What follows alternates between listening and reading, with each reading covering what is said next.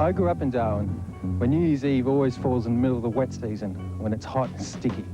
Now, Darwin has a bit of a reputation of being a hard drinking town, where the only way to cope with the heat is to down a few tinnies.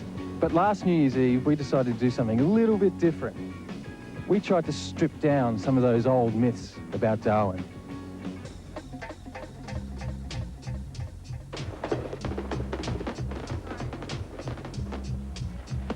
Why is it important to be nude on the Millennium? I suppose you're getting back to the way you were born. That's pretty cool, and well, it's sort of fun, you know? Everybody is going to truly shed their whole of pre-2000 and go home with pretty well nothing. It's a nude mood. Started off as a bit of a joke.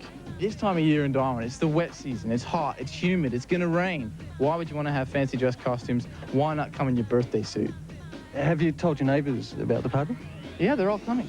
All your neighbours are coming? Most of them, yeah. So why did you decide to come here rather than go to the Mitchell Street party? Got to be kidding. They were expecting 25,000 or something in Mitchell Street. There's no chance I'm going to be there. Everybody being just drunken and looking for trouble, you know. It's fairly commercial. That's the big thing. It's commercial, the pubs run it, you know, they're out there to sell as much grog as they can. To be quite honest, the Mitchell Street party is a blocked off street full of lots of drunken idiots. It doesn't do anything for me personally, and I think a lot of people here wanted an alternative. There's a lot of artistic people that have come here who have tried to do something that's a little bit different, that's trying to bring people out of themselves. What are the hazards of being naked?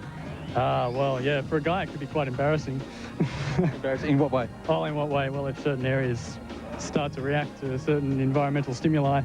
Everybody knows everybody else, either professionally or, you know, socially. It could be spotty bottom anxiety.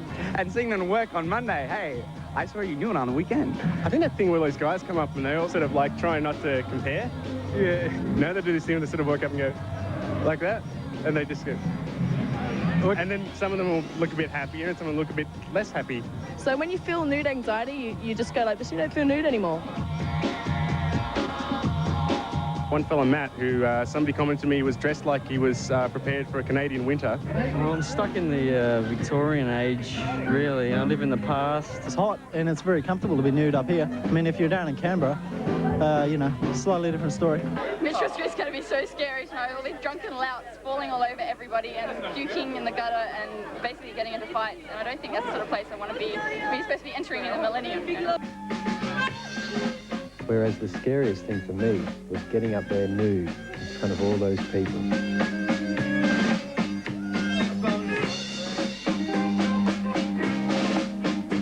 You know, if you've already taken off your clothes, there's not much more that you've got to be embarrassed about. So I think it's something that people should do more often.